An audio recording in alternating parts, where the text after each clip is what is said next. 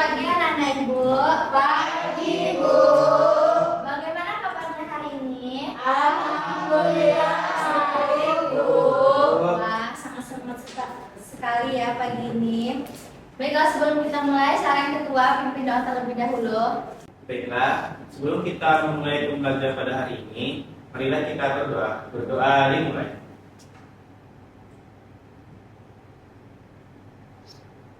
Berdoa selesai. Siapa yang tidak hadir hari ini ketua? Semuanya hadir, Bu. Bagus sekali ya. Baiklah anak-anak.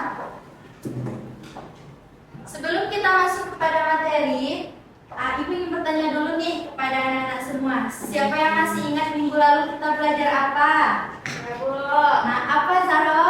Teks prosedur kan Bu? Benar sekali. Apa itu teks prosedur Zahro? Teks prosedur itu adalah suatu teks yang berisi tentang langkah-langkah ataupun cara melakukan sesuatu kan Bu?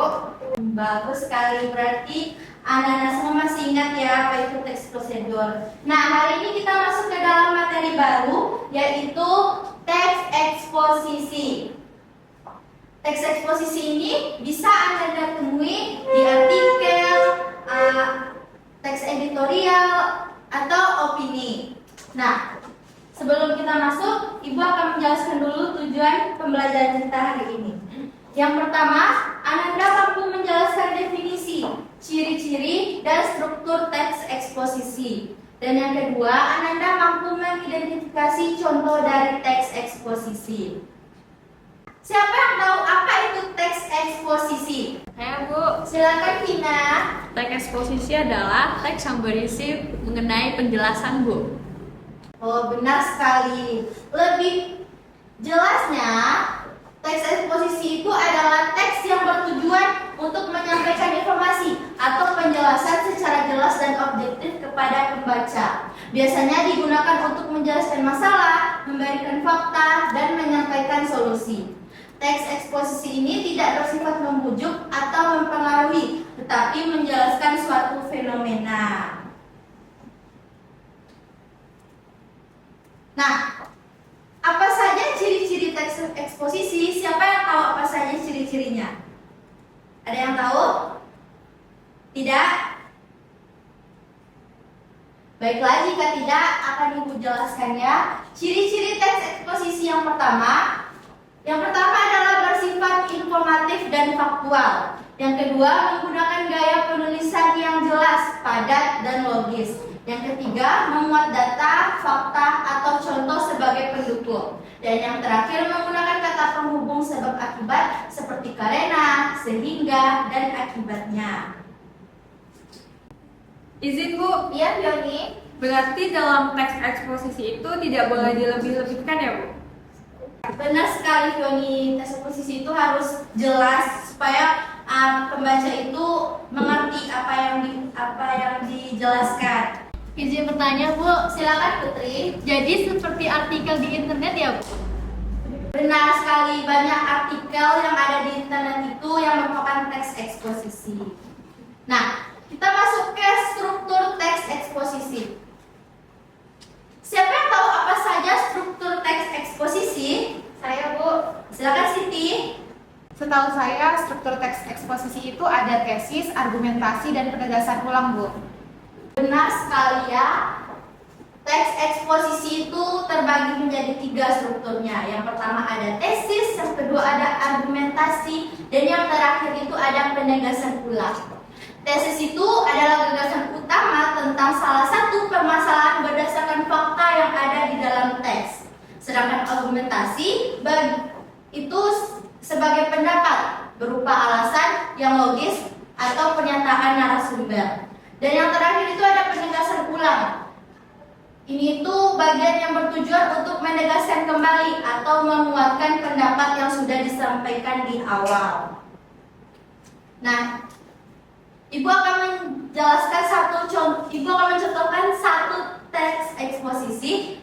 Ibu minta kepada Nores untuk membacakan teks eksposisi tersebut.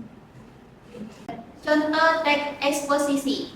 Sayangi bumi. Masalah lingkungan seperti polusi udara, sampah plastik, dan pengundulan hutan semakin mengkhawatirkan. Polusi udara disebabkan oleh asap kendaraan dan pabrik. Sampah plastik mencemari lingkungan karena sulit terurai. Selain itu, pengundulan hutan menyebabkan erosi dan kerusakan ekosistem. Data menunjukkan bahwa lebih dari 8 juta ton plastik berakhir di lautan setiap tahun. Solusi untuk masalah ini adalah mengurangi penggunaan plastik, menanam pohon, dan mendaur ulang sampah. Mari bersama-sama menjaga bumi demi masa depan yang lebih baik. Nah, siapa yang tahu bagian mana saja yang disebut tesis, argumentasi, dan penegasan ulang? Saya, Bu. Silakan Vanessa. Tesis pada paragraf pertama, argumentasi pada paragraf kedua, sedangkan penegasan ulang pada paragraf terakhir, Bu. Oke, mari kita lihat ya. Nah, benar yang dijelaskan oleh Vanessa, tesis itu berada pada paragraf pertama, yaitu masalah lingkungan seperti polusi udara, sampah plastik, dan pengundulan hutan semakin mengkhawatirkan. Yang paragraf kedua itu disebut sebagai argumentasi, yaitu polusi udara disebabkan oleh asap kendaraan dan pabrik. Sampah plastik mencemari lingkungan karena sulit terurai. Selain itu, pengundulan hutan menyebabkan erosi dan kerusakan ekosistem. Data menunjukkan bahwa lebih dari 8 ton sampah plastik berakhir di lautan setiap tahun. Dan paragraf terakhir itu merupakan penegasan ulang, yaitu solusi untuk masalah ini adalah mengurangi penggunaan plastik, menanam pohon, dan mendaur ulang sampah. Mari bersama-sama menjaga bumi demi masa depan yang lebih baik. Oke, sepertinya anak-anak ibu sudah mulai agak lesu, lemas, dan lapar ya. Ya. Sebelum kita lanjut, ibu ada satu ice breaking. Nama ice breakingnya itu adalah tebak teks eksposisi. Jadi nanti jika ibu menyebutkan satu contoh judul, Anda bisa menebak itu merupakan contoh teks eksposisi atau tidak. Jika iya, benar itu teks eksposisi, Anda bisa tunjuk tangan Anda. Jika tidak, Anda bisa diam saja. Oke? Paham? Oke, Bu, paham. Ibu akan mencontohkan satu. Contohnya itu bawang putih dan bawang merah. Menurut Anda itu merupakan teks eksposisi atau tidak? Tidak, Bu. Berarti Anda sudah paham ya? Sudah, Bu. Banjir dan tanah longsor. Oke, kita lanjut kedua.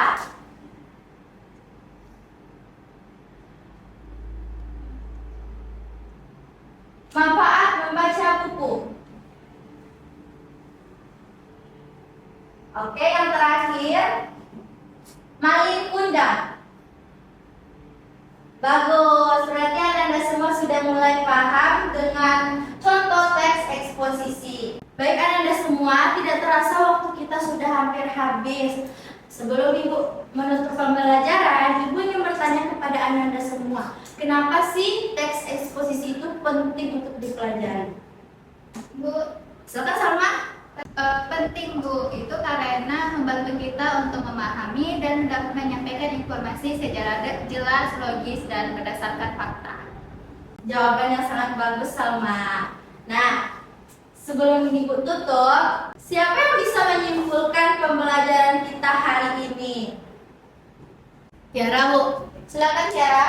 Tiara dapat menyimpulkan pembelajaran hari ini yaitu teks eksposisi itu bertujuan untuk menyampaikan informasi secara jelas dan objektif.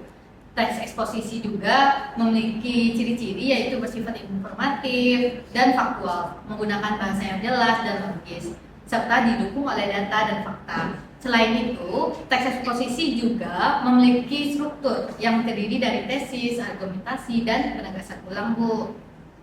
Kesimpulan yang sangat bagus ya Tiara. Makasih, Bu. Nah, kesimpulannya adalah teks eksposisi merupakan teks yang bertujuan untuk menyampaikan informasi atau penjelasan secara jelas, logis, dan objektif berdasarkan fakta. Teks ini memiliki ciri bersifat informatif, menggunakan bahasa yang baku, serta didukung oleh data dan fakta. Struktur teks eksposisi terdiri atas tesis, argumentasi, dan penegasan ulang, sehingga pembaca dapat memahami suatu permasalahan secara runtut dan mudah dipahami. Nah, untuk tugas anak-anak di rumah, buatlah satu contoh teks eksposisi dengan memilih salah satu tema sesuai gambar di board ini. Nah, gambar yang pertama itu ada banjir dan yang kedua ada gambar tanah longsor. Dibuat di buku latihan dan dikumpulkan minggu depan. Anda paham? Oke. Sebelum kita menutup pembelajaran kita hari ini, marilah kita membaca hamdalah.